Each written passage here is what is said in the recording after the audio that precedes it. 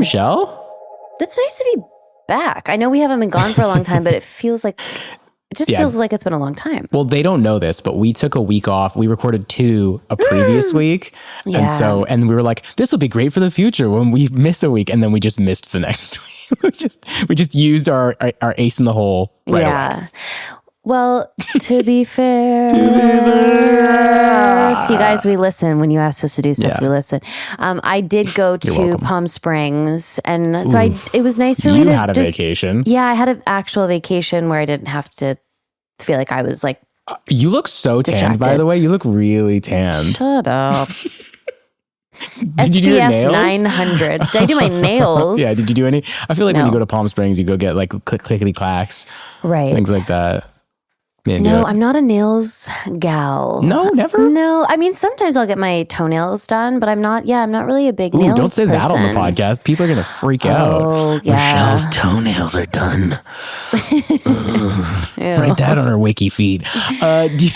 Why don't you do your fingers? Why not? I think, so I'm a picker. Oh, this is actually, so thank God we're getting to this. Yeah, please. I am very picky, which I think is, it's, probably a form of OCD / a mental illness based off of anxiety that I suffer from. But the way it turns up for me is like, if there's a pimple, if there's, I've got chipping nail polish, I will just pick it all off and then rip, especially if you're doing gel nails, the girls will know what I'm talking about. If you rip the gel off, it takes off like the first layer of your nails, and then you just have thin little noodle nails. And speaking of Palm Springs, I was, I don't know if this is too much of an overshare, but I was talking to my stepmom because my skin broke out and I had pimples and I was like popping them. And she was like, you really shouldn't do that. And I said, yes, I know. Yeah, don't you own a skincare line? I know, I know better. But again, this picky thing that I have. And I was like, no, I'm actually, it's a problem for me. For example, in the night, I will itch my back. And so I wake up and I always have like speckles of blood all over my back. And I have tiny little white scars all over my back. Yes. And Kathy, my stepmom, was like, are you joking? All of your dad's shirts are speckled with blood on his back. And he has tiny little white, we're both doing the same thing. Is that hereditary? It must be. I have a thing where I chew my tongue, and my mom also chews her tongue. But I feel like I've watched my mom probably chew her tongue, and then maybe I developed it. Whereas you never watched your dad claw his back like a Wolverine. I'm picturing you guys are actually werewolves. You know what I mean? Like your shirt's covered in blood. It's all like tattered. You're like, woke up in the forest. How did this happen? It's weird. Like it's almost as if a demon has visited me in the night. And sometimes I'll wake up and I'll have like a scratch mark down my back with blood. And I have no recollection. Do you think you have a hereditary demon from your father to you? Like the same one? Just visiting maybe each other? It's nice. It's generational trauma on crack. It's like a really intense I like how it's manifesting in just like little scratches. Yeah, but Connor was like, you have tiny little scars all over your back. Yeah. I've never noticed that. I feel like you're always in bathing suits and stuff. I've never seen any scars. They're pretty light because it's not like I'm going deep. It's just surface scratches. But over time, I don't know, maybe it's as simple as my dad and I have the same skin. And so we both have like more oily skin and poor skin. Pores, not poor. Rich skin. Rich skin with pores. When I was a kid, there was this guy, Arthur. He was my brother's buddy. And my brother's 10 years older than me. And we were playing soccer in the front yard. And I remember he took his shirt off because he was like sweaty. And he had all these claw marks down his back. And I was like, what's that from? Like, I just couldn't figure it out. Yeah. And my older brother was like, oh, and I was like, oh, like he got attacked by something. Like, that's bad. Oh, it was a sex thing. Sex, yeah. SEX. Doing sex. Doing sex. Yeah. Whoa. And then ever since then, I've been like, I've never really been with someone who like destroyed my back from sex. Like that seems like a crazy, I don't know. I'm sure they teach their own. I'm sure some people love it, but like that seems really painful. Sure. I'd be like, ow, stop. Like, ow. Ouchie. Can we, ow. Yeah. Ow. Put on your mittens. Gentle like, kisses, please. Yeah, what are you doing back there? Yeah. Clawing back to sweet nothings in my ears, please. Yeah, what the hell? Mm-hmm. Okay, you know what I was thinking about earlier?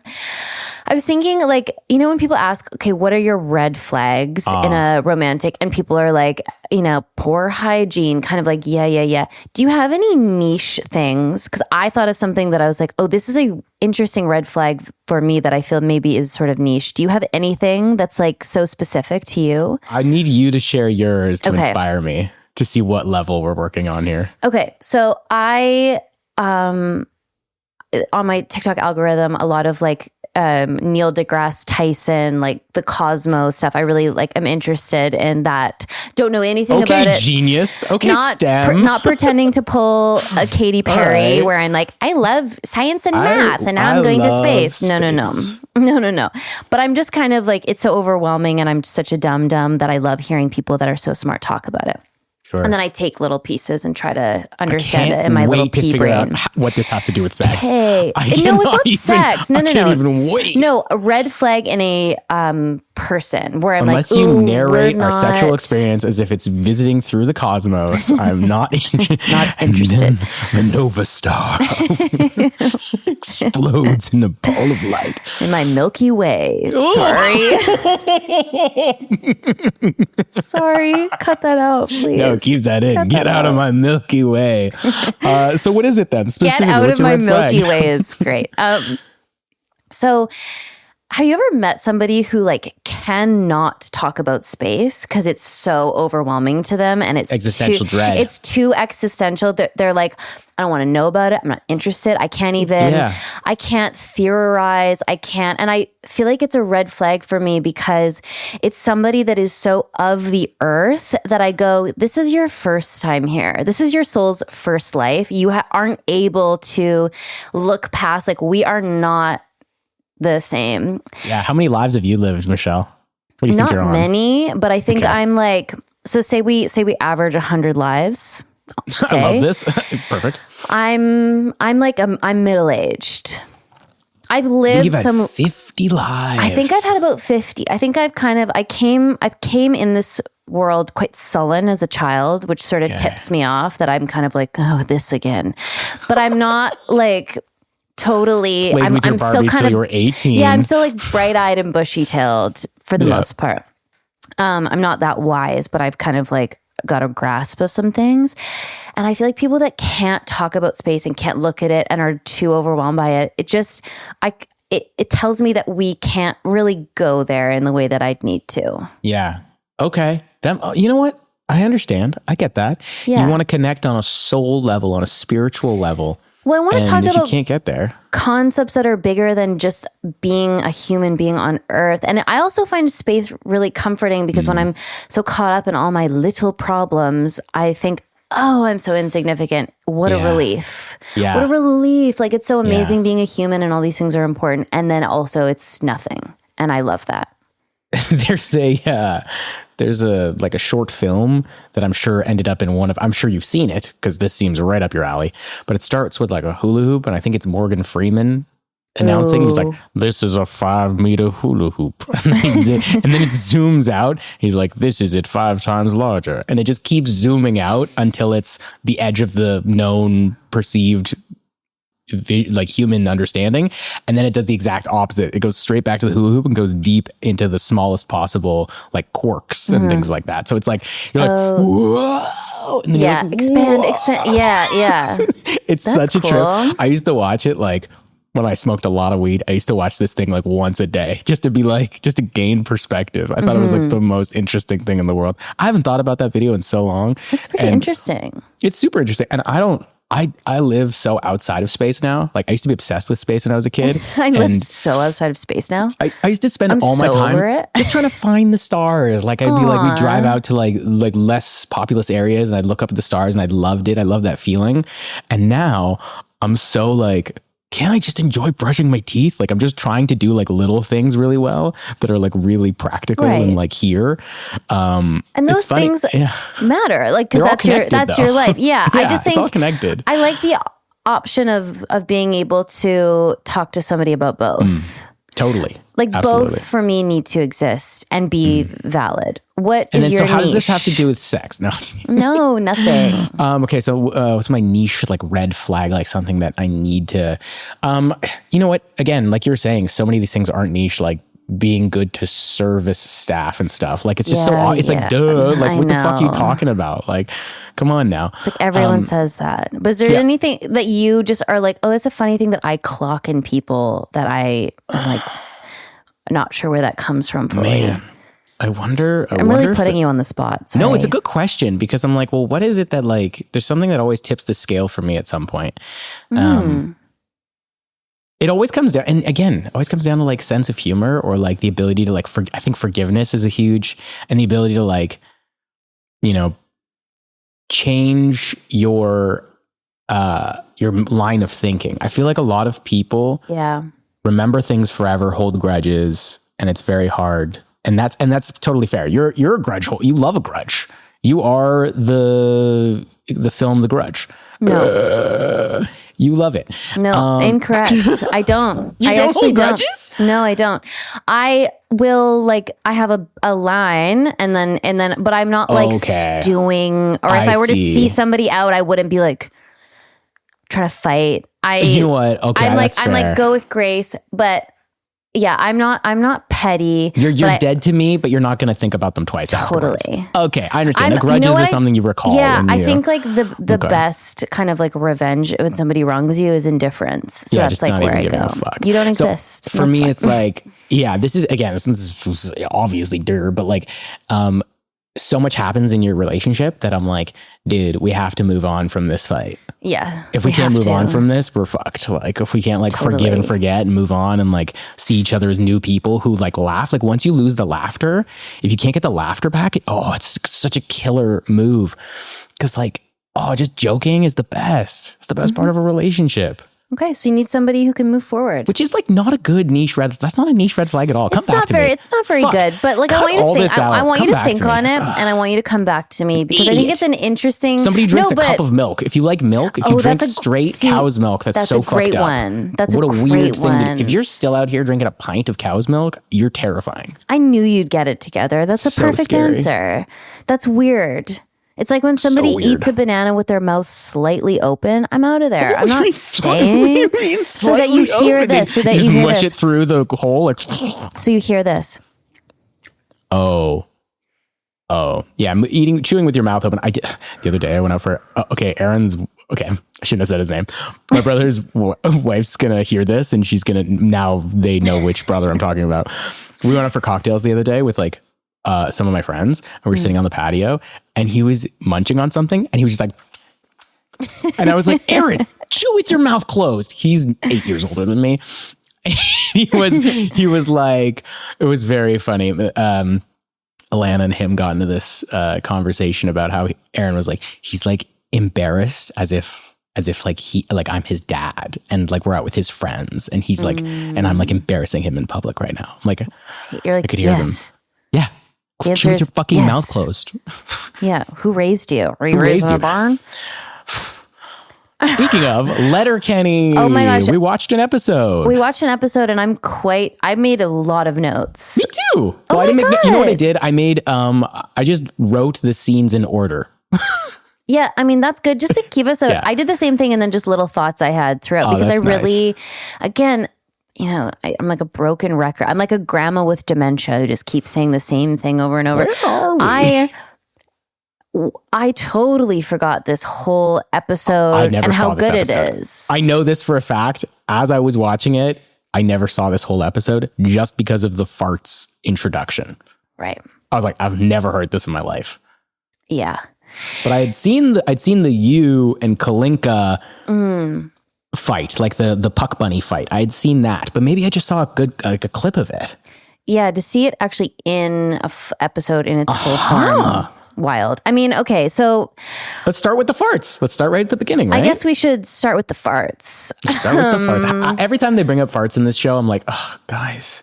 You little stinky little boys, you little brats. I do like the messaging around the farts in this.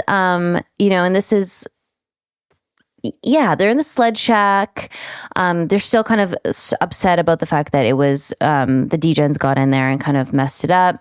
They burnt it down or something, and then I guess Wayne's being a poopy pants, and his lips so far out that a bird's gonna poop on it. Yep. Which is a great line. I also like the line that he says where, the boss is always a dick until you meet the new one. That's kind of that's a very Jared Kiso-ism of And you know what's life. funny is the boss that I have had the longest in my life is Jared Kiso. Jared Kiso. Totally. And I've had 100 jobs. I've worked so many part-time jobs. Yeah. Jared Kiso has been my boss longer than literally anyone else by almost double. Totally. Yeah. And maybe that was a sneaky little line to us. Keep it in mind, guys. I'm very good to you. Okay. I'm good to you. Yeah. But that's a great little words of wisdom. And then, yes, the fart talk. What's appropriate? Is it ever appropriate? Did you feel a connection to this? Were you like, this is accurate? You're like, fart alone, don't fart in front of women, don't fart while somebody's eating. Did you agree with all these things? Pretty much? Yes. Even in the car? What do you mean even? Yeah, well, what if you can't hold it? You're in the car. I know. You're stuck there. I've made some huge growth, okay? If you had asked me years ago about this, I'd be so black and white. Speaking of rigid kind of grudge holder energy, I would have been like, no, never. Duh. I am also you are a human. Hold it in and die. Yeah, I don't want anyone with a tummy ache. That's insane. But also, I think there's farts are funny. Humor is not very sophisticated to me. I want you to be really shameful and embarrassed and for me to free you of that. I want it to be I'm sorry. And I'm like, oh, it's okay. It's okay. And we Don't laugh do it again. And then we laugh together. You know what I mean? Yeah. Oops. That one slipped out. Yeah. It happens. I think sometimes maybe there are moments with friends where it could be hilarious. Oh God! But with my boys, it's so gross. It's what do you mean your boys? Your friends or your brothers? Yeah, we go. No, my friends, my brothers. I've never heard my brothers fart. I don't think. I know. How is that possible? You guys we're grew ladies. up together. We're fancy ladies. Whereas I go out with my boys and we go to Algonquin. We go on a camping trip, and it's they call it. Oh my God! They call it exhaust. And that I think pretty much says it. We're all in a giant tent. There's a 10-person tent, and it's the stench. And no they're way. And they're that's and they're crazy. Punishing each other. Also, they've been tornadoing a bottle of whiskey all night. So and eating mushrooms and stuff. So this it's just the worst. I feel that's a lot. Dude, you're telling me I'm there being boys, please. I'm breathing into my shirt, and he's oh, more exhaust's coming. See, they're all laughing. They're all giggling. Yeah, I guess that is what groups of men do. So you guys don't do that? You and the girls don't get together and do exhaust? No, not in my experience. I'm sure it happens, not to gender it so much. Everyone's got a different sense of humor. It is just I think there's a limit. I just blew into the microphone in a weird way. I went. You're trying to make your own exhaust. I went. I don't know why. Okay. Yeah, I think it's you can get away with one for a laugh or something, but trying to excuse yourself so it's not putting somebody off, or when you were eating, there's a time and a place. So I take it your brother actually did what's that thing where you cup a fart and stuff? Did you ever get? Oh, no. You? He would never. But I had an older brother. Of course, I heard things that I won't speak of today. The occult ceremonies in the basement, obviously, is what you're referring to. Wiccan ceremonies. Yeah. Mm-hmm. Rifts tournaments. My brother's the best. I actually just saw him. God, I love that guy. Nice. In Palm Springs? No, I saw him. I went to see my mom for Mother's Day, and we had a really great dinner together. He's so funny. It's nice. It's great. But yeah, it's an interesting question. It's also this funny thing with Jared where he likes farts so much, but it's he grew up where he wasn't allowed to do it. So he's a gentleman. He doesn't go. Yeah, he doesn't do it. But he loves them. He likes when other people do it, and he laughs and he giggles. But I've never heard Jared fart. Of course not. No. Never. Not even close. No, to and like, any. No. I don't And think he would Shorzy's even. whole thing is that he does. It's like where Shorzy is like how Jared personally is getting that side of him out in a therapeutic Jekyll and way. Hyde. Yeah. Totally. There's some psychological thing going on there. We get a therapist on next week. Okay, so then we go from the sled shack where it's like Degen and fart talk, and we go into players only meeting, buddy. Players only meeting, buddy. Which is, they're not winning. And Mark Ford has the funniest little cameo where he just pops in, says one line, is told to leave, and then that's his scene of the whole episode. It's great. I love that. Great. The players only meeting. Oh, players only meeting? My bad. Backs away. Which I didn't know that was such a thing, but I guess, Makes sense. Yeah, you gotta the boys gotta chat with each other, and it's blow off some steam. Yeah, it's not up to the coach to talk about the puck bunny who's ruining the game. Right. So the boys got to get to it, and I actually really, really liked their the 5-stack senior kind of boy pan thing they do. Fisky pussy. Ugh. Like I liked that this episode quite a lot. I felt the same way. I was like, oh, this really feels like. I don't know. It's tighter. It's tighter. It's also maybe because I'm aware of this bit now. I'm like excited to see it. Like when I see them now, I'm really excited to see it. They do it in a one. It's pretty impressive. If one person messed up, and I'm talking camera, moving it to the right person in the right angle, like each word is flawless. Yeah, they nailed it. They're really, and they're all in their character. Like I know each individual character, and then Boomtown. Oh my God, yeah, Boomtown's ends were crazy. Yeah, he was so good in this episode. He did such a good job. I shit my pants while I was watching the Gretzky.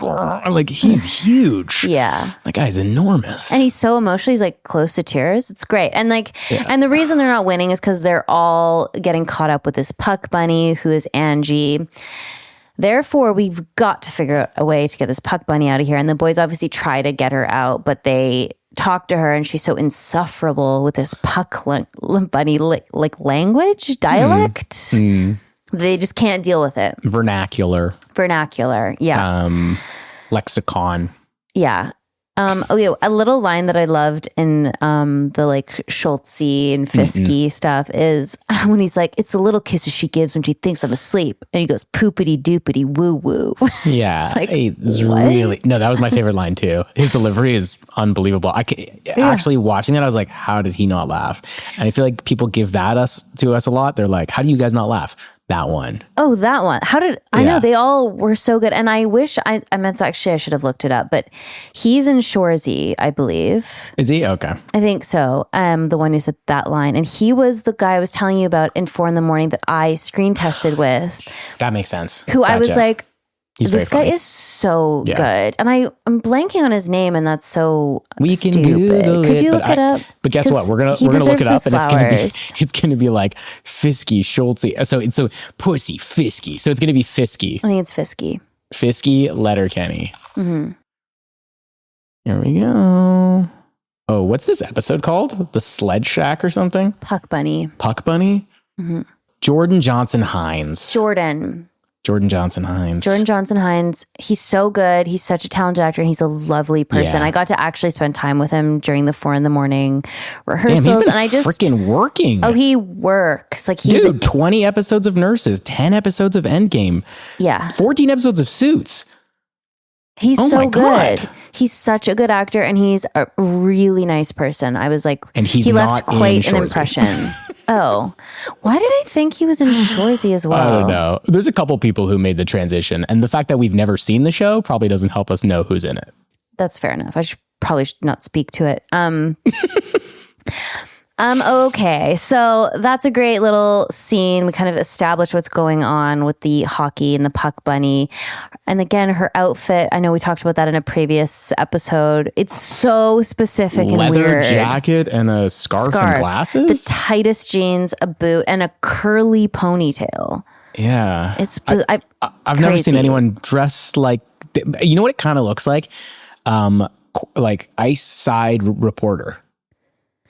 I think that's actually probably where Jared is pulling from. It is. Yeah. I think, we already did say this about the puck bunny look, but it's so funny that Jared knew exactly what that was and where he pulled that from. I'm not totally sure, but yeah, it makes sense where it's like, I'm kind of a hot girl, but I read a book or two. Like it's a bit that. I know the statistics. Yeah. Also, women wanna in dangle? STEM. Don't know what that is. Yeah, women in STEM. Neil deGrasse Tyson turns me on. Wait, am I a puck buddy? Wait, what? Kind of. Sounds like, to be honest. Yeah, and then we go back to the Hick chat. They're around the kitchen table. He dug out your sled. Oh, Wayne dug out your sled. Thanks, thanks, big bro. Thanks, big bro. And then, So I guess and you then do that's sled. where Jared says, "Don't say I'd never do nothing for you." And that's like there's a little the callback later. Yeah, and they're codependent, funny little relationship. K-Trev is very funny in this episode. He does It's great this in this episode. He's always great, but he does this very sly little smile after he does his toot in front of Katy. Okay, yeah. So then basically the sled shack, this is quite a narrative heavy episode. I like it. They needed to get pictures to show the police? Honestly, I don't know where I think they were just doing an investigation themselves. Okay, on their own. Who did it? And so I guess Right. pictures was the way to do it. And they just wanted an excuse to take photos of the boys with their shirts off by the... Yeah. Yeah, which they did. And of course they love them. They want them for their portfolios, which is, a great little They're great. bit. I think they're really fun, those two guys. They're so fun. Yeah. I love those characters. And I like this era of Katy with the blonde hair and the male boyfriends. I think it's she seems like she's really happy in this season. Yeah. She does seem pretty happy because came back from the city, top of the world.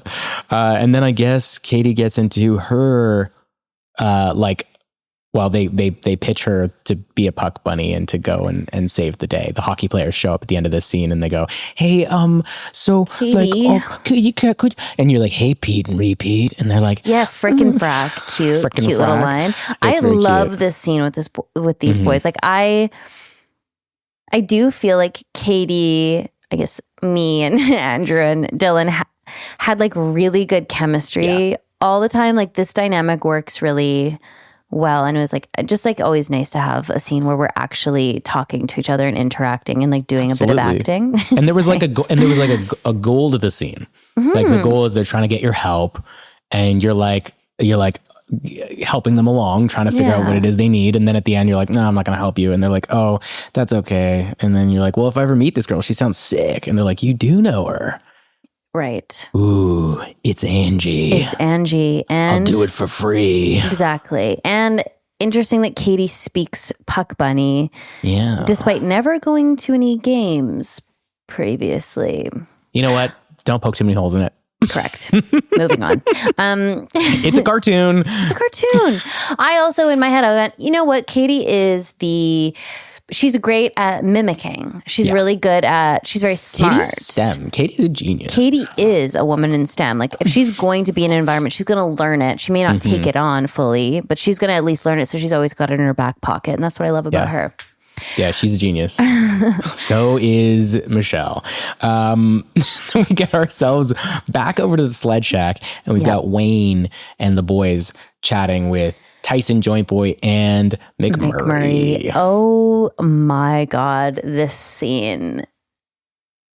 I don't even know where to begin with this scene. It's great. It's very funny. It's very so funny. The language use in it is very funny with the way pluralizing ethnicities and using it as in the way that he does. Homophobist. The whole all the language in it is very fun and funny. I love that they're trying to do the right thing, the best possible thing, and talking about how it's wrong to be homophobic and racist, but they just don't quite know how to speak about it in a way that...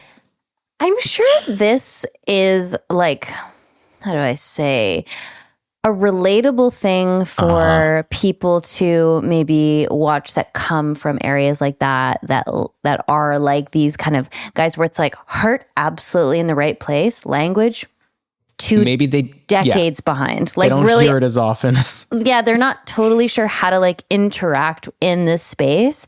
And I like Professor Trisha obviously coming in as Dan going, I don't fully know how to teach you. Y'all should talk to Professor Trisha, which is like perfect advice.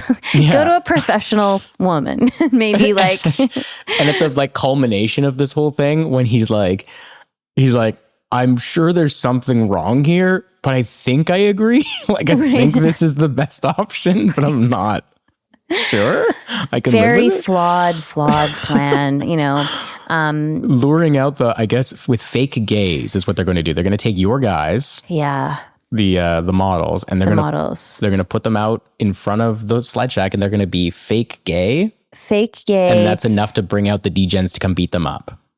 Crazy plan. like, I don't even. If you want to talk about poking holes in a plot, like it's like was there like a newsletter sent out about this party? Like I don't even. I mean, maybe they posted the pictures of the guys modeling on their fucking Facebooks, and then I mean. Yeah, it's dum-dums trying to create a genius plan that's like makes no sense and is so deeply flawed. And it's a delight to watch.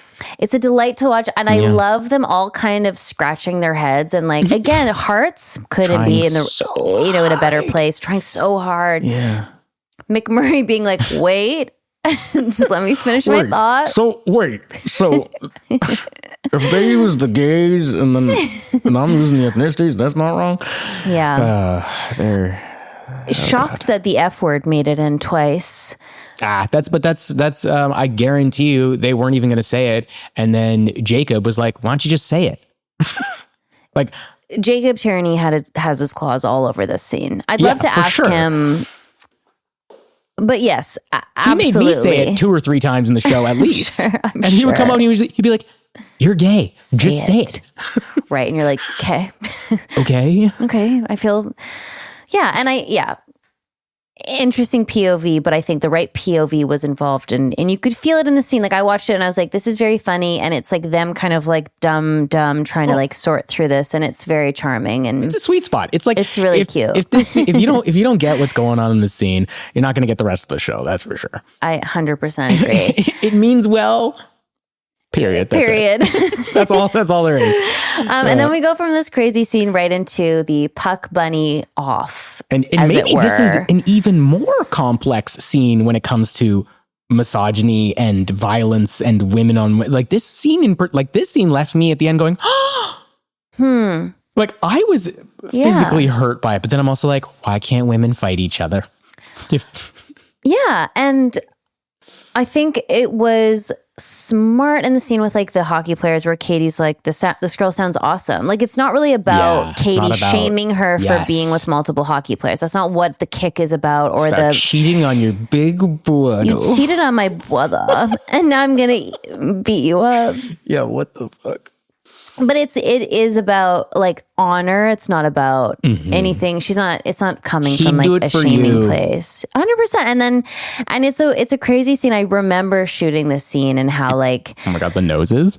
Oh yeah. And it was so charged. And I just remember feeling like it's got, I'll say it's got a bit of like a pornographic energy to it. The vocal fry you guys are both applying. Yeah, bud. Yeah. Sick. It's not even the full roster. Yeah. Like each time she said yes, I was like, it got like more heightened. Like it was pretty fucking wild. Like this might be the horniest scene in the entire show. Yeah, it's pretty horny, Top 3. guess. Yeah. For sure. Yeah, it's fairly horny. And then because it seems like you guys are going to kiss. Yeah. And that's, she's kind of getting her like warmed up so that she trusts her to totally submit. Did you hear her French accent come out at one point? It was so... I didn't. When she's saying, she says like she's like, I would never, like I've been hooking up with Shorzy and this, but I would never hook up with Riley and them. And she says them. I would never hook up with them. And I was like, cute. Quebec. I see you. Galinka, Quebec. Yeah. It's a wild scene. And I just remember Jacob kept saying like, okay, let's do it again. Slow it down even more. And I was like, what? How is that possible? Like, I it was also, just, again, love to hear that this is Jacob directing this scene, being like, Oh, no, yeah. it's got to be way hornier. and slower, and like forget the Letterkenny cadence. Like, once you guys are face to face, we're in a different show. He was we're right. like, and He's right. yeah, and that's why I think it feels so strange and kind of like surreal to watch, because it is a departure from the regular, scheduled programming until the kick. 50-50 is crazy. It's crazy. It's a crazy shot no matter who you do it with, but doing it with two people who are dressed the exact same. The curliest ponytails? So weird. Oh man, it's actually an amazing scene. The more I think about it and how out of context it is compared to the rest of the show, it's brilliant. Mm-hmm. And then the box kick end of it is like, so maybe that's what's so stunning is like that finish is so, first of all, it makes such a noise. Such a loud sound. The impact is like, it's like fucking, no, it's horrible. No, it is horrible. It's very, very intense, but open your eyes. I know, because I want you to watch me kick you. Yeah, like I thought for sure, but I guess Katy, it's like kicking in a fist fight. You don't do that. It's like maybe that's a bad example, but like you just kind of punch. It's not a sucker punch. Like, watch me do it. That's a better way to put it. Yeah, for sure. She doesn't want to like do while she's like all turned on and her eyes are closed and she's about to kiss her and then does it. It's like, no, look at me. I want you to watch this, girl. Yeah, and then she just struts on out on her. Do you remember was this different than the Gunyadio kick with Kalinka? Like, did you guys have a different warm up? Did you guys?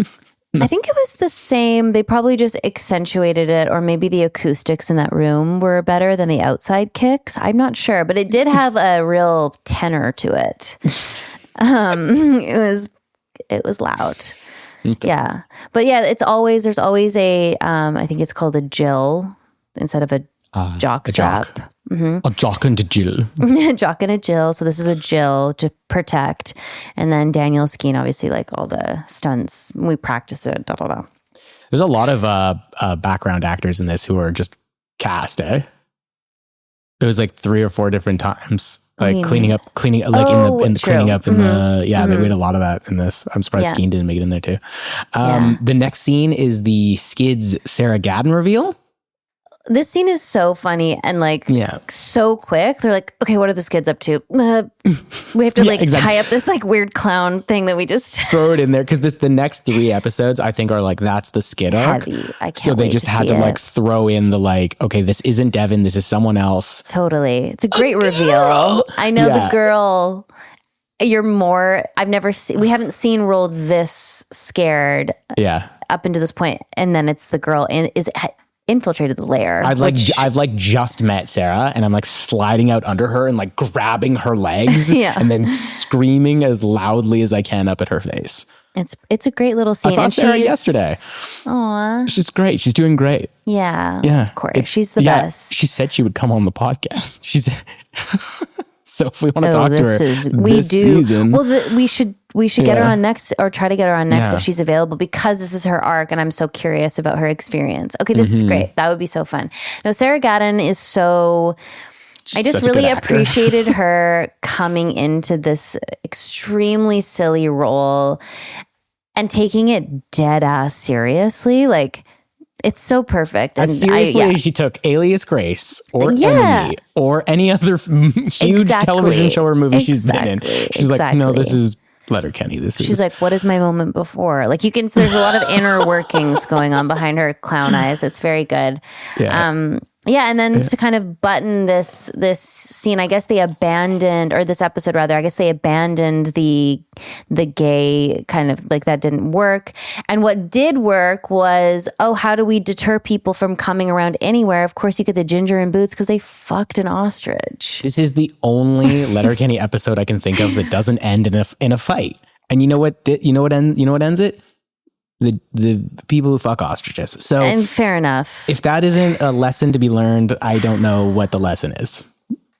This is a great episode. It's very it feels like more narrative than some of the other ones. Like there's a lot going on. I had to pay attention, and it's not just like quippy jokes. Oh, usually I can like kind of like watch the episode and like make lunch and kind of know exactly what's happening and just be kind of there for the ride. I sat down the entire time like watching it like, whoa. Yeah, it's a great episode. I think it's a contender for my top 5. Yeah. I really like this episode. I think it's like the performances are really good. It just feels like I'm really getting to know the characters' personalities in a different way, and like how they relate with each other, and how, especially with the Hick guys, how they're so similar, but they're not just like a blob of Hicks. No, they're so different. They're so different. They're so different. They have such different wants and needs. Yeah. And it's nice to see that it's like fully formed now in season 3 in a way that's probably been, or I mean, I assume it was more fun for Jared to write that. Like once that's so solidified, you're like, oh, this is how pressure's off. He's having a good time. Yeah, you can tell. You can tell he's having a good time. It's interesting. You always say that. You're always like, oh, I love the Skids so much. They're so, but all your favorite episodes were barely in. So I'd love to just at the end of this, once we find your top 5, just see what percentage of those actually are the ones without the Skids. You guys are completely in the spotlight. Okay, yes, but maybe the it's just the ones that Evan's not in. Wait, do I have a secret vendetta against you? This is weird. You know how I feel about the Skids and the dancing. It's always my favorite. Like every time you guys come on screen, I go, thank God. I'm not doing this to get you to talk about how good we are at dancing, Michelle. It's fine. But it's true. Shut up. Should we, before we blow up this podcast and get into a fight where we never speak again, should we do Spare Hearts? I would love to do that. You want to try and harmonize the word Spare Hearts real quick? 1, 2, 3. Spare Hearts. Beautiful. I've got one. Okay, I can't wait to hear it. That's first of all, first time this has ever happened. I can't wait. I got one in DM because the email doesn't like me to have access to it. That's fair. Also, I did start telling people to just DM you as well. So that's been good. There's a lot of questions on the YouTube channel too for our next Q&A. Oh, that's great. Yeah. Okay, so for Spare Hearts, this is a question. They didn't say their name in the question at all, but I do have their name from Instagram. So I'm not going to add it, obviously. Okay. My question is short and sweet. Just like me. Perfect. How do I break up with my friend? We've been close for about 5 years, met first year of college, and spent so many amazing times together. Partied a lot, went on a Euro trip, the whole thing. But she's changed a lot over the last year. She's a visual artist. Ooh. And I work in finance, so our schedules and lifestyles are really different, which is fine. But she makes me feel like I'm not living a full life because I have a 9 to 5. She also owes me money, not a lot, but enough that I do need it back. And she just doesn't bring it up. I feel awkward asking again, so we haven't really talked about anything in the last few months. She dates toxic guys, parties, is becoming more and more obsessed with herself and her image, and I just don't want that in my life. What do I do? Oh yeah, I'm 24, female, Vancouver, BC. Okay, so what you're gonna do is you're gonna go on like a short road trip with her, and you're gonna play this episode. And once it gets to the question portion, you're just gonna keep glancing over at her as Michelle's reading out all the descriptions. Until she gets the hint, and then you're gonna go, what would you do in this and situation? Then you go, give me my money, bitch. Bitch. I want to know exactly how much money she owes you, but this is interesting. It's an interesting question. Friend breakups are really complicated. It's I would say almost harder than a relationship breakup. Totally. It's an untangling. At least with a relationship breakup, it's just like, it could come to it likely will come to an end. Like that's how relationships work when you're young. Mm-hmm. Whereas in a friendship, you kind of never think about the end of a friendship. No. Well, yeah. And it's weird. I think a lot of friendships that aren't meant to like last. I don't know where I read this, or, potentially just simply a TikTok video I watched, but likely. You don't read, so likely. Can't read. That's fine. I heard that people tend to switch over their friend groups once every like 8 years or something. On average. Like it's really not uncommon, and that kind of checks out. Like I do have people in my life. Like my best friend Katy has been in my life since I was 5.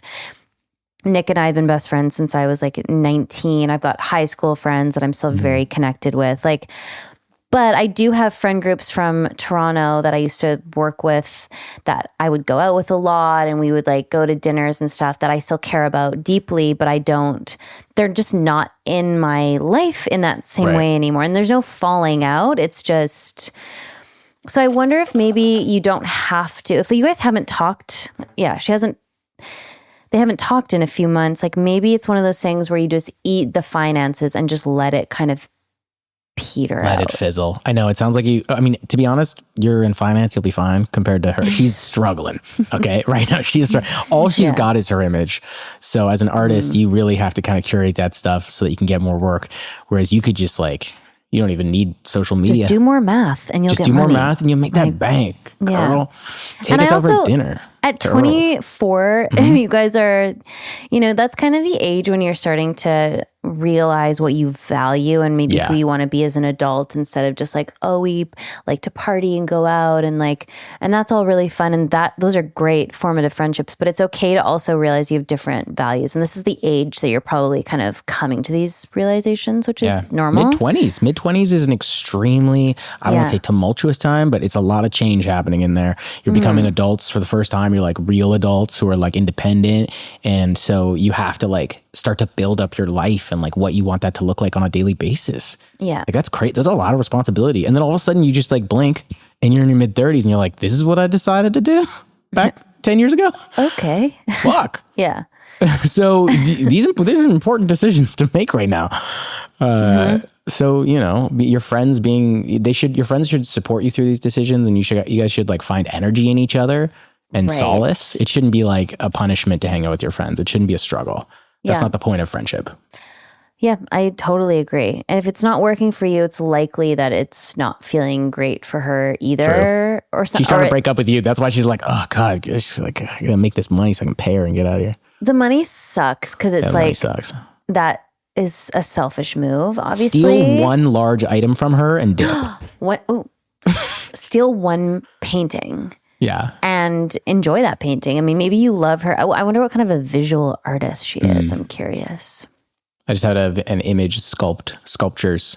Huge vaginal sculptures. I don't know why. Just like pictures like this. Steal a vaginal sculpture and sell it later and hope that she really pops off. Yeah. I mean, you're in finance. You can figure it out. I feel like there's like a... Also, sometimes you do just have to eat it. Like, I think... when you are lending out money, I've had to learn this lesson. You kind don't of lend money to friends, guys. Don't lend money to friends. Give money to friends. Yeah, never lend money. Because it puts a weird, and sometimes when it's like easier said than done. Sometimes somebody's in a real bind and you're like, well, I can't afford to give it, but I'm not going to let my friend drown either. You gotta find another way though. Honestly, it's so detrimental. Unless you're okay with the friendship dying because of that. In which case, maybe you are. I don't know. But like, honestly, working with friends is sometimes really challenging. Michelle can attest to that. Yeah, we're in a constant legal battle. It's exhausting. I only fight with Michelle in my life. It's like, there's like no one else. And then I fight, and then me and Michelle meet for once a week. As soon as this podcast is done recording. Screaming. We're screaming. I'm crying. Yeah, I'm crying too. Yeah. You never acknowledge my tears. So don't. Because... they're not valid, actually. Okay, all right. Starting early this time. Interesting. Don't lend money to friends. And also, like, find someone else to fill that void a little bit. Maybe start hanging out with somebody else. Like, create a new friendship or go do something else. And then maybe that'll naturally, the other one will dissipate. Because are they, like, begging you to hang out? Like, what's the situation here? That would be harder. Like, if she was like, hey. Yeah. And then you were like, how do I kind of swerve this person that's, like, way worse? It sounds like if she's... like she hasn't brought it up, maybe the money is getting, so I would just like slowly back off. It sounds like she's accusing, so the other friend is accusing finance blue eyes 6'5" of not having a life is what she said, right? So my guess is she's like, come out, come party, come do a thing, come do that. Yeah. So true. I don't know. Yeah, so just say, I'm sleeping. I have a 9 to 5. And then she's going to be like, snooze. And then you're going to be able to buy a house in 5 years and she's not going to be able to. Yeah, eat it. artists, fucking losers, dude. By the way, guys, please keep submitting your questions to sparepartspod@gmail.com or send them to the DM on the Instagram, which is Spare Parts Podcast. We love to hear from you, and we love to get reviews and ratings. So do all that on everything. It really, like, it's helping us so much right now. It really is. Yeah. And tell your friends, get the word out.